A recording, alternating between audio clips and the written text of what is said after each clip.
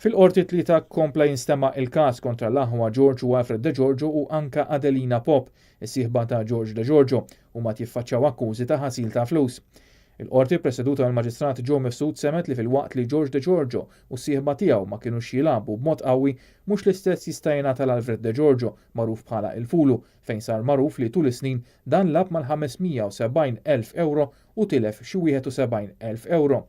L-eks assistent kummissarju Neville Aquilina xiet li hu kien imqabbad biex jara jekk l-aħwa De Giorgio u Pop kienux klijenti tal-Casino ta' Dragonara u qalli fil-waqt li George De Giorgio mar darba u Pop qatt ma marret, Alfred De Giorgio kien klijent regolari fejn hu lab 39,000 euro fuq 3 snin u tilef madwar nofshom.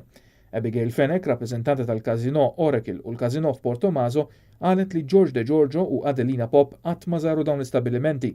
Minnaħa l-oħra, Alfred De Giorgio lab 40,000 fil-Casino Oracle u 457,000 f'Porto Maso fejn tilef 31,000 u 16,000 rispettivament. Rappreżentant ta' Casino Malta xiet li Alfred De Giorgio lab 34,000 euro u tilef madwar 6,000 euro.